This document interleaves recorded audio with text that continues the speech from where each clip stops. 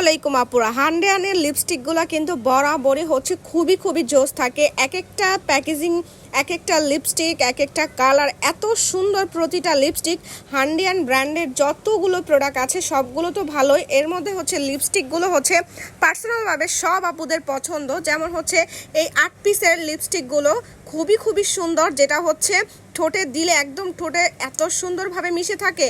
আর কালারগুলো এত জোস, তোমাদেরকে আমি কালারগুলো হালকা করে সোয়াচ করে দেখিয়ে দিই যে প্রতিটা কালার এতটা সুন্দর।